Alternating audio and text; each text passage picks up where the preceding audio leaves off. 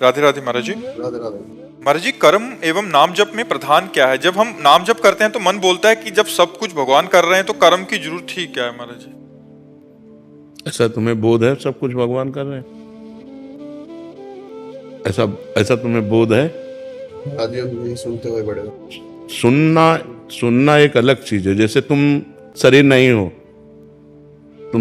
हो, ये सुना है ना, लेकिन तुम्हें बोध है नहीं है। शरीर की पीड़ा, शरीर का भूख प्यास, काम क्रोध लोभ मोह, ये सब व्याप्त है ना। ऐसे ही सब कुछ भगवान ने किया है। इसका अगर बोध हो जाए तो तुम ब्रह्म ऋषि हो जाओ, तुम महात्मा हो जाओ। तुम्हें कोई कर्म नहीं बांध सकता, लेकिन तुम्हें बोध नहीं है, इसलिए तुम्हें हर कर्म बांधेगा। तुम्हें दुख लगेगा, तुम्हें सुख लगेगा, तुम्हें पाप लगेगा, तुम्हें पुण्य लगेगा, तुम्हें नरक जाना पड़ेगा, तुम्हें स्वर्ग जाना पड़ेगा। जैसे ये बोध हो जाए। अब इसी बोध के लिए तो साधना की जाती है, ये केवल बातों से थोड़ी होता है। जब बोध हो गया कि सर्वम खलमिदम ब्रह्म, सब ब्रह्म है और वही करता है, वही भोगता है, मैं तो केवल निमित्त मात्र हूं, खत्म खेल हो गया। लेकिन इसका बोध नहीं है तो बात नहीं। जैसे आप डॉक्टरी कर रहे हो, लेकिन आपके पास सर्टिफिकेट है नहीं है, बहुत बढ़िया आप डॉक्टरी कर रहे हो, लेकिन आपकी डॉक्टरी बंद हो जाएगी और आप अपराधी माने जाएंगे, क्योंकि आपके पास लाइसेंस नहीं है, आपके पास योग्यता नहीं है। ऐसे ये बहुत बड़ा सूत्र है कि सब कुछ भगवान है और सब कुछ भगवान करता है, ये अंतिम सूत्र है। और जब ये अनुभव हो जाता है तो वो जीवन मुक्त हो जाता है, सारे कर्म विध्वंस उसके हो जाते हैं। पर ये अनुभव करने के लिए साधना है।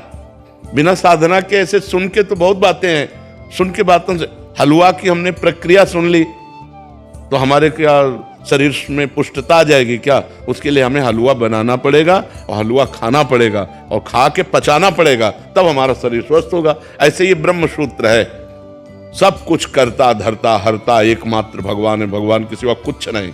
अब इसका अनुभव तो करे, तो अनुभव करने के लिए साधना है। अब साधना है नहीं तो इसलिए फिर अपने योग्यता के अनुसार चलो। करता तुम हो तो पाप कर्म तुमसे न बनने पावे, भोगता तुम हो तो पाप आचरण को भोग मत भोगो। शराब मत पियो, मांस मत खाओ, पराई बहन बेटी एक तरफ गंदी दृष्टि मत करो, नाम जप करो, नहीं नरक जाओगे, दुर्गति हो जाएगी। हो रही ना, जलन होती है ना, सुख होता है ना, दुख होता है ना, नहीं होगा।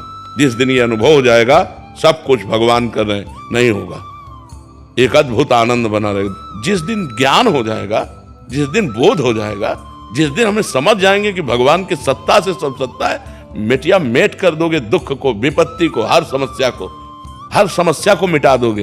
लेकिन अभी हर समस्या तुम्हें मिटा देगी नहीं मिटा देगी। तो हमको वास्तविक स्थिति प्राप्त करनी है, उसके लिए नाम जप करो।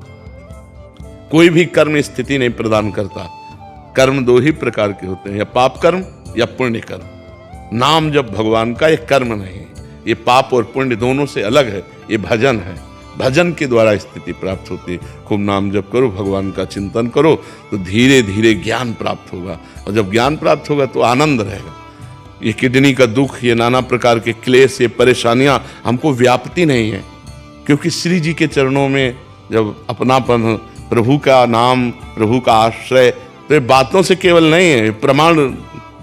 दर्द में भी हमें आनंद रहता है, हम आनंदित रहते हैं, क्यों? प्रभु से चित्त जोड़ने में।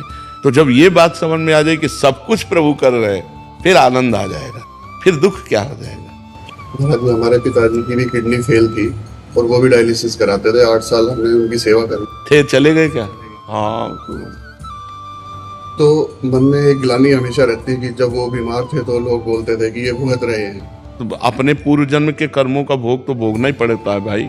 इसमें क्या, चाहे कोई बाबा जी हो चाहे कोई भी हो, भोगना तो पड़ता है। रामकृष्ण परमहंस जी के गले में कैंसर था, कितना भी बड़ा कोई संत हो, जो हमसे कर्म बन गए हो तो भोगने पड़ेंगे। आपसे सानिध्य के बाद हमारे मन से वो ग्लानि चली गई। हाँ, अति प्रसन्न है। हाँ, कि हमने सेवा करी। हाँ बिल्कुल, और हम खुश हैं, जो हुआ अच्छा हो। हाँ बिल्कुल, यही बात आती रहेगी तो बहुत आनंदित रहोगे। जो हुआ अच्छा हुआ, जो होगा वो अच्छा होगा। अब मुझे चिंता नहीं करनी, ठीक है।